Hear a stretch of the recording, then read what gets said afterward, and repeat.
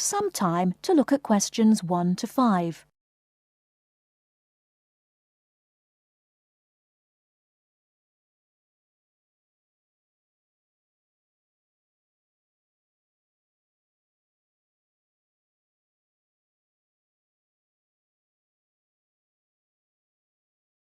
Now we shall begin. You should answer the questions as you listen, because you will not hear the recording a second time. Listen carefully and answer questions 1 to 5. Kingsbury College, can I help you? Oh, hello.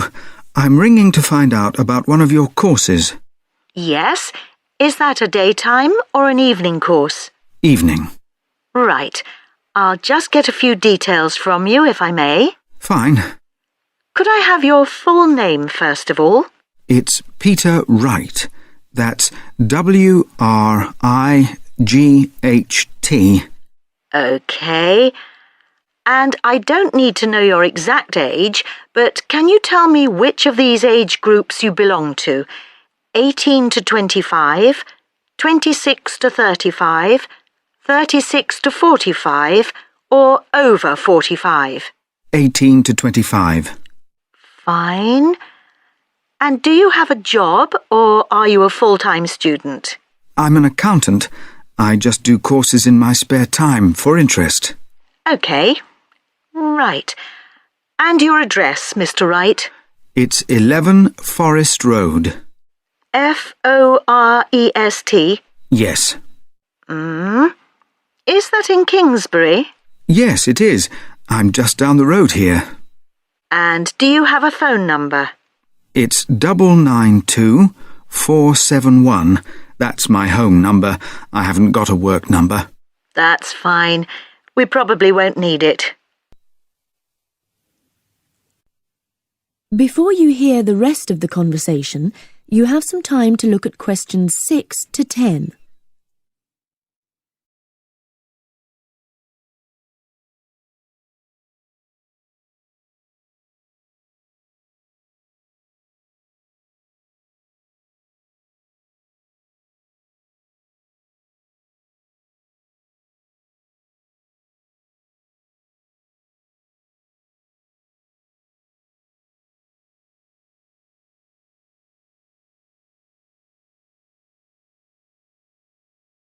Now listen and answer questions 6 to 10. Now, you want to register for a course. Yes, cookery. Do you happen to know the exact title of the course? We've got Thai cookery on Wednesdays, or Mexican cookery on Fridays, or... Mexican. I'd like to do both, but I'm busy on Wednesdays. OK. Well, you can always do the other one next term, I suppose. Now, do you know when it begins? Is it the 26th of March? That's right. And it's £45 in total. That's including the ingredients. How would you like to pay? Card? Cash? Can I send a cheque? You can, yes, as long as it arrives at least 1 week before the start of the course. OK. And I'll just give you a reference number, if you could make a note of it and write it on the back. Yes? It's CZ943. Yes, got that. Good.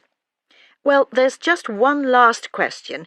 Do you have any special requirements that I should make a note of? Yes, there is one thing. I use a wheelchair. Right, so you need to have access for that. OK. Don't worry, your room is on the ground floor and I'll make sure there are no steps involved. We can always put a ramp in. Thanks. So, we look forward to seeing you on the 26th of March.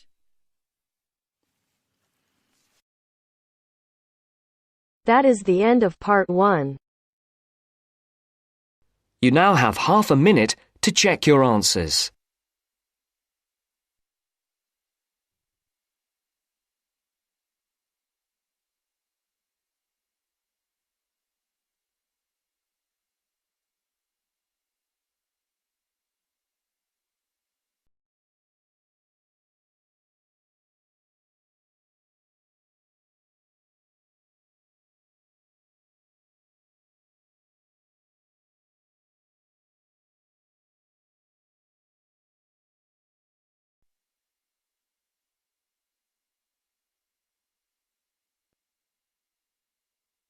Now turns to part 2.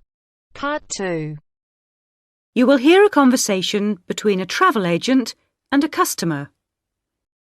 First, you have some time to look at questions 11 to 17.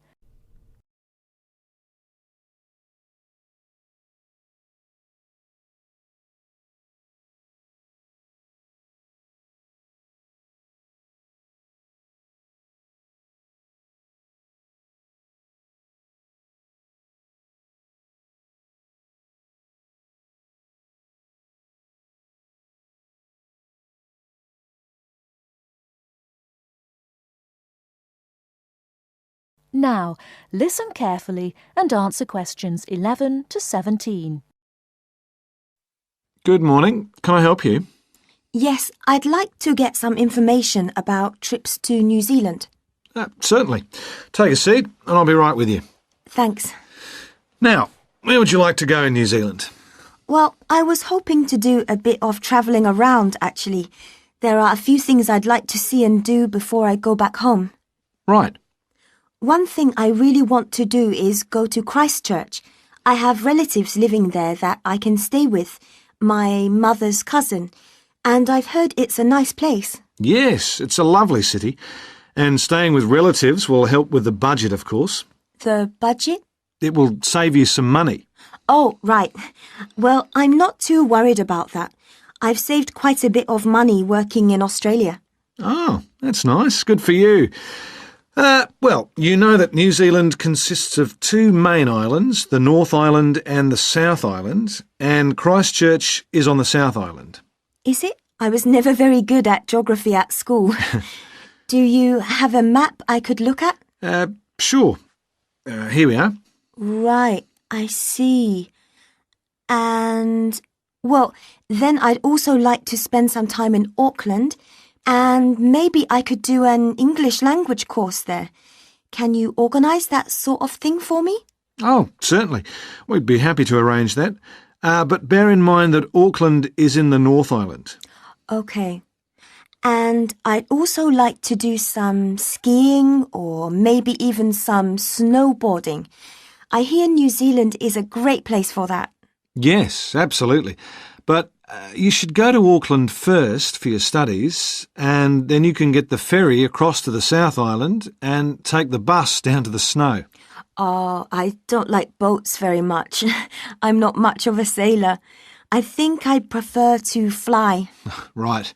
What about joining a walking tour? That could be really fun. Not sure about walking, but joining a tour might be a good way to travel because then I might make some friends my own age. Now, let's get some details. Can I have your name, please? Yes, it's Su Ming Lee, but you can call me Sue. OK, Sue. And what's your address here in Melbourne? I'm living with my aunt in the suburb of Kew. It's 29 Lock Street. That's L-O-C-H, not L-O-C-K. Do you have a phone number that I can get you on? The best thing would be if I give you my mobile. I always have it on me. It's 0402 558 992.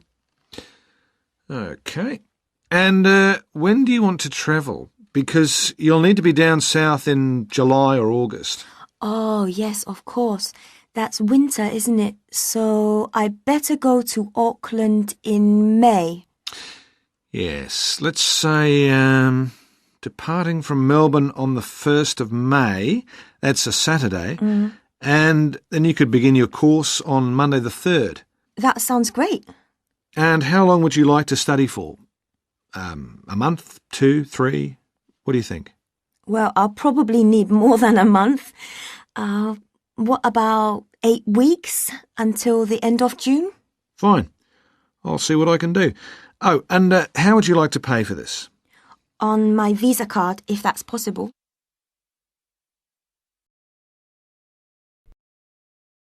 Before you hear the rest of the talk, you have some time to look at questions 18 to 20.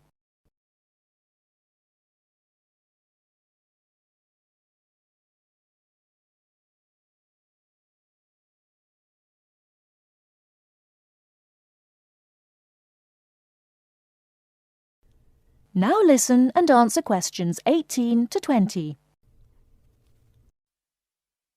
Hello, Sue. It's Angelo from Cosmos Travel here. I've booked your flight and I've found you an English college called the Harbour Language Centre. Great. Where exactly is that? Well, have you got that little map I gave you yesterday? Yes? You see where the harbour is with the 3 wharves and the water? Yes. Got that? OK, there are 2 parallel streets. Quay Street, that's Quay, and Customs Street. The building where the college is located is on Quay Street, opposite Prince's Wharf. Right. Got it. And what about accommodation? Well, I've booked you into a hotel for the first 3 nights, and then the accommodation officer will find you a family to live with. Good. And where's the hotel? It's a short walk from the college, on the corner of Queen Street and City Road. Which corner exactly? On the left-hand side as we're looking at the map. Okay. Near the little park. Yes, that's right. And what about a good bookshop?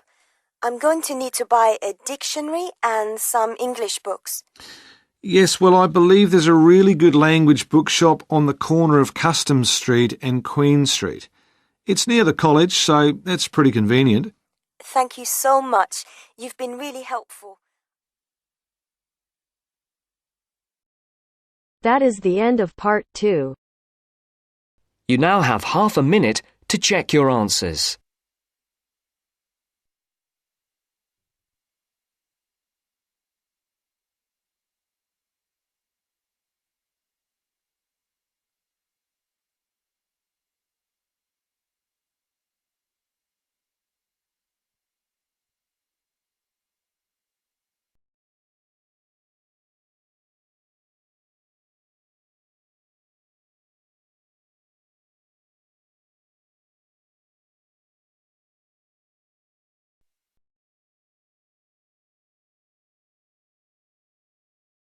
Now turns to part 3. Part 3. You'll hear 2 university students discussing a social science lecture they attended. First, you have some time to look at questions 21 to 24.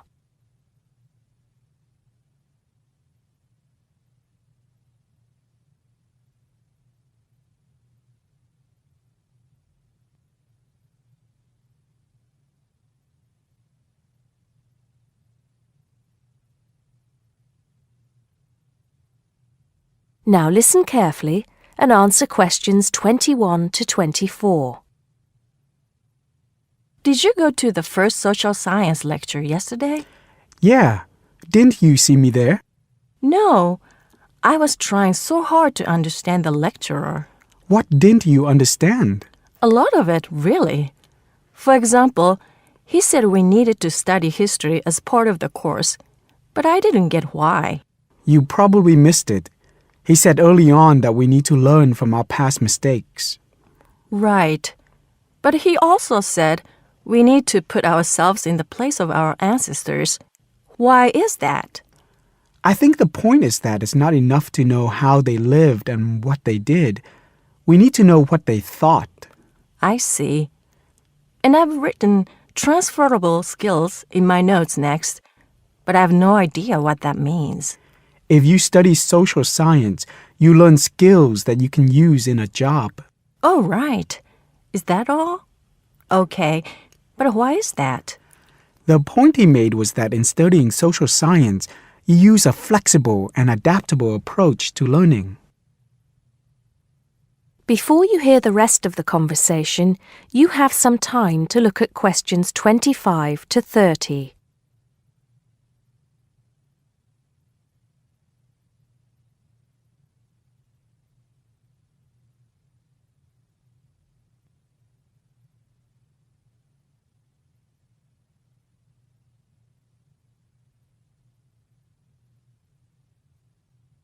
Now listen and answer questions 25 to 30.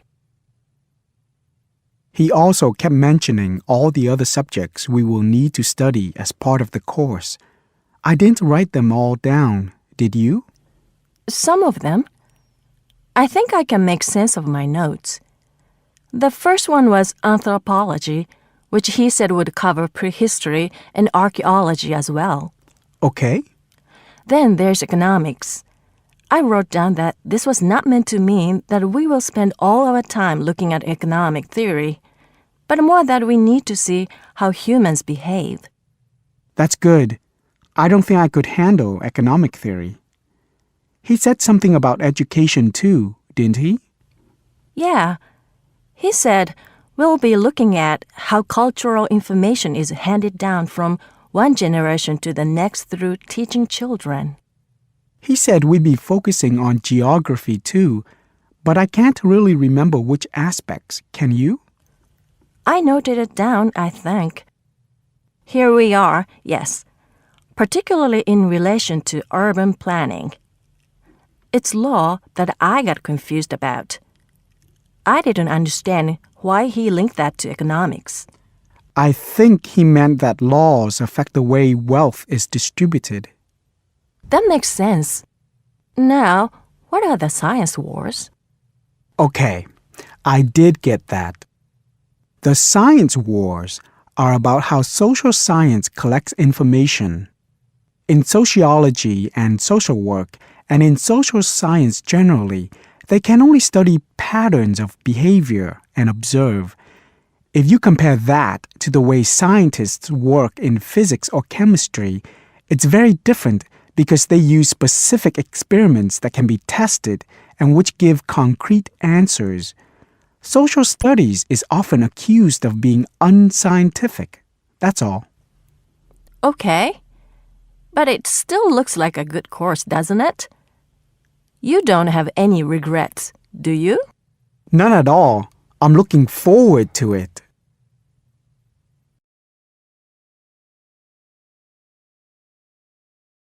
That is the end of part 3. You now have half a minute to check your answers.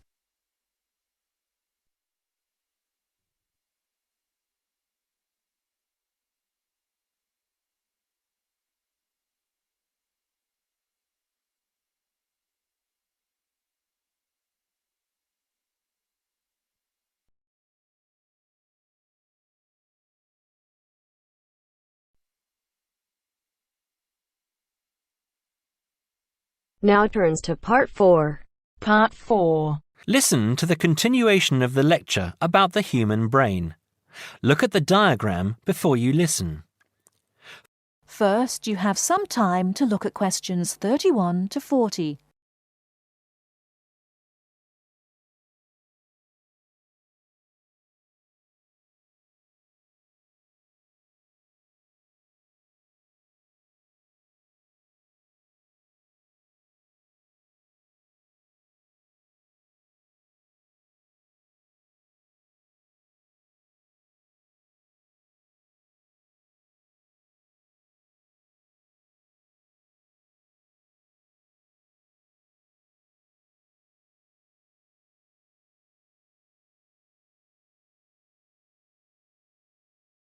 Now, listen carefully and answer questions 31 to 40. OK, we have looked at the top view of the brain and seen how it is divided into lobes. Now we are going to look at a more complex diagram of the centre of the brain. I will briefly go through some of the important parts that make up the brain and then talk more about what each does. First of all, you can see that by far the largest part of the brain is the cerebrum, and it is made up of the 3 lobes we have already talked about. The lobe below, coloured yellow on the diagram here, is the cerebellum. Right in the centre of the brain here is the thalamus. The hypothalamus is part of it, but it has a slightly different function.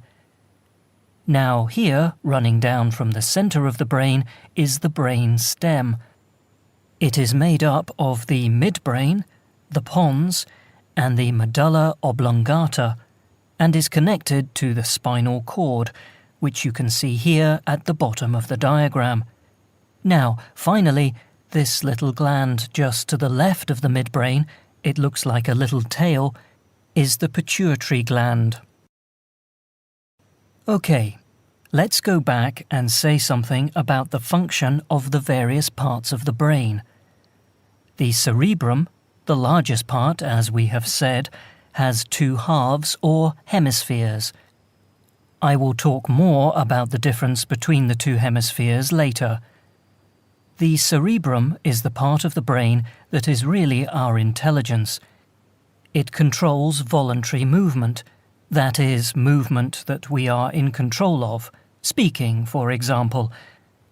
But it is also responsible for our emotional thinking and memory.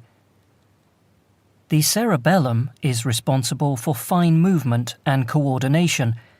It helps us with balance, for example, and to understand where we are in relation to space around us. The thalamus, here in the center, processes what we feel with our body, touch and temperature, for example, and controls how we react to those senses. The hypothalamus has a similar function, but regulates bodily needs, such as hunger and thirst, and tells us when we need sleep. Now, at the top of the brain stem is the midbrain. This is a sort of switchboard, a very complex switchboard. It sends messages which help the brain communicate with other parts of the nervous system. The pons, in the middle of the brain stem here, sends messages from the cerebrum to the cerebellum and spinal cord. The medulla oblongata is here just above the spinal cord. It regulates essential bodily functions, like breathing and the rate of our heartbeat. The spinal cord is part of the central nervous system and runs down inside the spinal column. It connects the brain to nerves that go to the rest of the body. Now, the pituitary gland, this little gland, has a hugely important function. It releases hormones to the body that regulate all sorts of things. How quickly we grow, and the size we grow to, the rate at which we age. It also regulates whether we have a slow or fast metabolism and how we relate to stress. Now I am going to show you a model of the human brain, and I want you to identify... That is the end of part 4. You now have half a minute to check your answers.